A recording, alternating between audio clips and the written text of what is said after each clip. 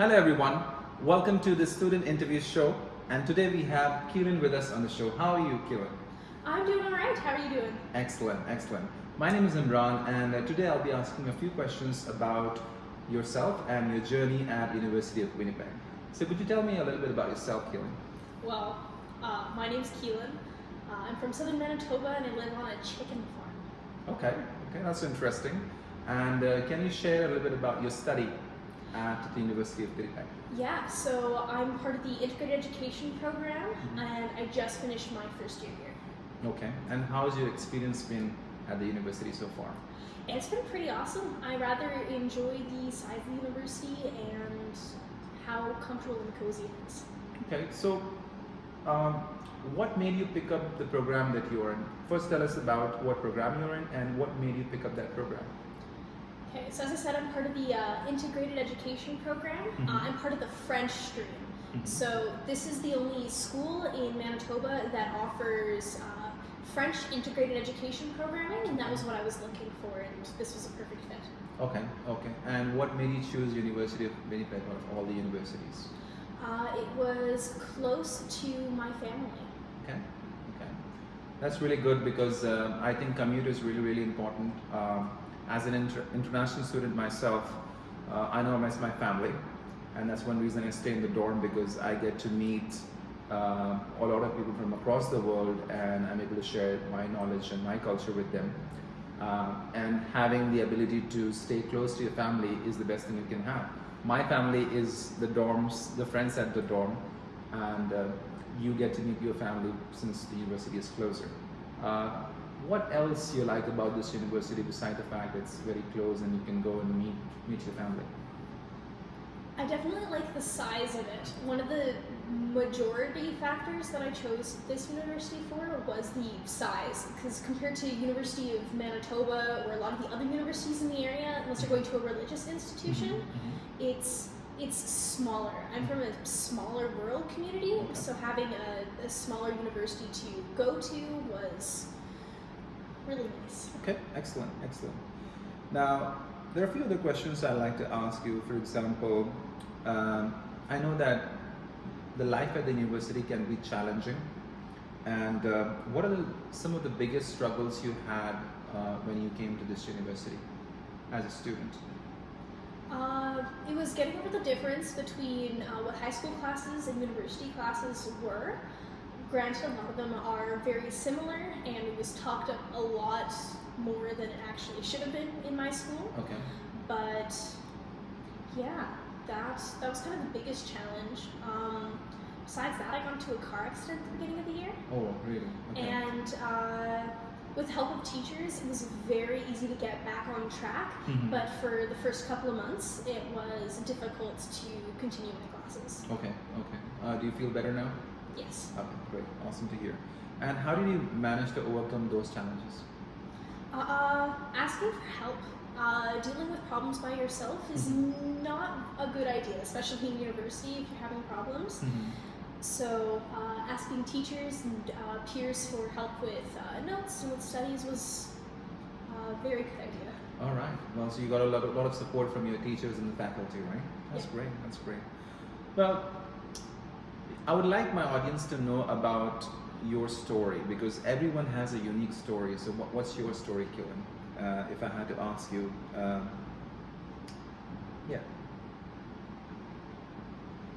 could you share maybe some significant experience or moment during your time at the university that has kind of a lasting impact on you? Yeah, so living in dorms has given me a better experience for learning different cultures. Rural places don't really have a lot of culture. I come from a very whitewashed community, sadly. But coming to university, I got to meet a lot of different people, or even living in dorms, I got to meet so many different people from so many different places and try different food and learn about different cultures that I didn't really get an experience to do so in my hometown. Absolutely. Even for myself, living in dorm was the first time experience. And the whole reason I chose dorm is because I'm away from my family, and sometimes staying all by yourself in an apartment can be a little depressing. But I know that being at the dorm, I can just come out anytime, sit at the lounge. I know there'll be people around, they're cooking with me, talking to me, and they're probably going out. So that's a beautiful experience, and I'm pretty sure you enjoyed that too. Okay, well, balancing academic and social life and possibly work can be demanding. So how do you manage the time effectively? What's your time management technique? Schedule. As much as I like to be carefree and not plan anything at all, having scheduled times or scheduled days that you are working on solely schoolwork, or that you have time for friends, or to hang out in dorm lounges or lounges at the university, having kind of a bit of a plan on how you're spending your time is better than not having one at all, and that is how I kind of kept everything going smoothly. Okay, well, I'll ask you some of the interesting question that most people get, which is, if you have like two different tasks that come out at the same time, how do you manage to kind of take care of them? I look at what due dates are first and kind of make a to-do list on what is more important, what is worth more, what is going to be more taxing on myself, and kind of make a list. You basically prioritize which work gets more priority, which is more important. Right? Yeah, absolutely. Yeah, I think that's a great thing to learn in terms of managing your task and managing your studies and homework, etc. Yeah, that's great. How do you manage the study as well as your time with your friends and family? How do you strike perfect balance between them? Again, that's scheduling, and I plan around assignments that are due and times that I need to study, and kind of put my friends around that and family, and it worked well. It's kind of you got to figure out what works best for you. Okay.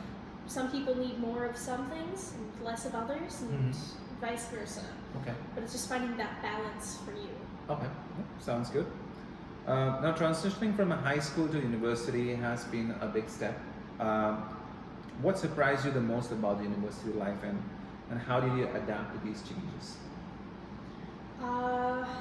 Being far away from family, granted I'm not as far away from other people, because southern Manitoba is very close to Winnipeg, but dealing with the distance and not being able to see my family as often, and my home friends, because a lot of my friends are still in high school. It was a difficult transition period on finding new friends and kind of finding my found family here at the university. How easy was it for you to get out of your comfort zone and meet new people? Are you someone who's an extrovert or an introvert? I'm a more extroverted individual. I found a lot of friends in some of the lounges around campus. I recommend joining different societies and different clubs. The year kind of got away from me as I was trying to figure out what my balance was for school, friends, family, and everything else. So that kind of got away from me, but there's a whole bunch of different clubs and societies that you can join, and to find that right fit for you. Excellent, excellent. Well, building connections, relationship is an important aspect of the university experience. So how have you gone about making friends and forming meaningful connections within the university community? So one of them you mentioned is that joining different clubs, but has it been like, sometimes some people are not very open to talk to you, so how do you handle such situations, and how do you make sure that you are building connections, because that's very essential? Yeah, so it's kind of just finding your timing. It's trying to get out of that comfort zone, because we're all from different places and we're all trying to figure out what we are up to, and figuring out who we are, what we are, and the new dynamic of university, and new friends, and away from family for a majority of us. So a lot of us will start off closed off, but you just gotta walk up to the right person and say hello. And some people will not want to talk to you whatsoever, and you gotta take that with grace. But there will always be that one person who's interested in that conversation. Yeah, I would agree to you on that. I think I follow the same rule. let's say I speak to like 10 people. Out of that, 4 are like close. They don't want to talk. They are happy. They are a bit reserved. But I feel I still go ahead and out of my comfort zone to talk to other people, is because out of the 10 people I spoke to, I know I got 4 people who probably were not open to talk to me, but I made that one friend that really helped me throughout the journey of my experience at the university. So I feel that it's really worth the effort, because you are getting some of the hits that are not really a hit, but those couple of friends are like gem of the person, and it's really worth giving an effort and getting out of your comfort zone. So I know what you mean. Are there any resources or support system at the university that have played like a crucial role in your personal academic development, and how they have made a difference in your life? Yeah, so I've been going through the school year with a disability, and so through our disability services here, I was able to get extensions on assignments and extra time when I needed it, or skip classes when my disability would not allow me to, Okay. which was really nice. Okay. Would you like to share like what disability? I have chronic pain. Okay. Okay.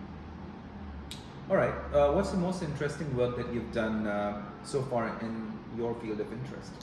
Yeah, so being part of the education program, they have different volunteer opportunities for you to work with students and to figure out what age group is the right fit for you. So I was working at this after-school homework club for grade 9 to 12, and that gave me an opportunity to learn more skills towards learning, or towards teaching students, and kind of the different dynamics between teachers, students, and what is proper for teachers to get involved with versus not. Okay. Okay. Interesting. And you mentioned you do a lot of things. So what motivates you to do what you do? Personal growth.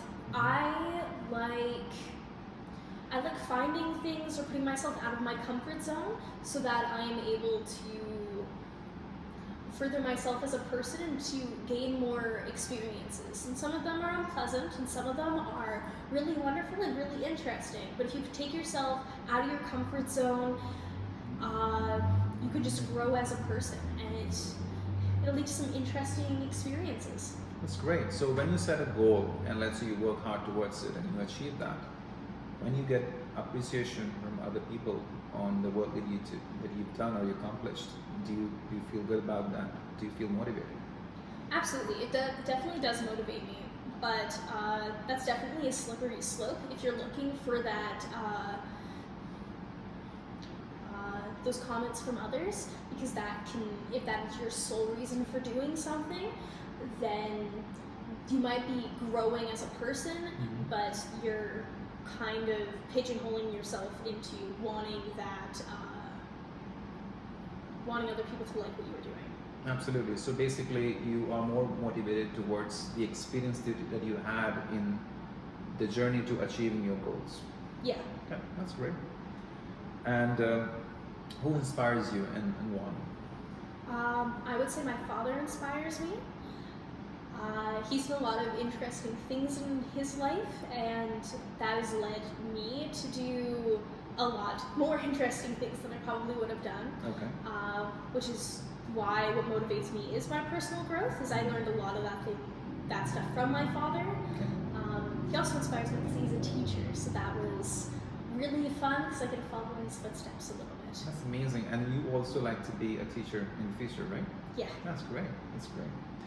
And so one thing you mentioned that you would want to become a teacher. Is there anything else that you would like to do in the future or in another field? So kind of for teaching, you get to choose an age group. The age group I'm kind of looking at is the early years, but I'm really hoping for a French immersion classroom. So English kids starting to learn French. I'm hoping for kind of grade 2 students. Okay. Okay. Well, let's get some fun questions. Where do you spend most on? Is it the clothes, perfumes, jewelry, or any other thing? I spend most on it's probably clothes. Okay. But I don't buy a lot of clothes at the moment. 'Cause broke university student. Okay, cool. And what does Keelyn do when she's not working? I write. I like writing poetry. Oh, I amazing. like crafting. I like creating things, dancing, singing, but just creation is a lot of fun. Okay, what does writing mean to you? Poetry is a way to express what I'm feeling and kind of just, it's an extra form of living life. Okay. And have you ever published your poetry or your work in terms of your blogs or writings so for other people? Yeah, so I have a writing blog on WordPress, talitha572.wordpress.com. Okay. You can make a note of that. Want to follow that? You can find all the works. I have seen Keelyn's poetry, and it's really, really beautiful. It's heart touching, so you guys should go and check it out. Thank you. That's great. So I think that answers our questions of where people can see your work. So they can go to the website link that you shared and see your work there. One last question. What message would you like to give to the beautiful young women of the world? You can accomplish anything you want.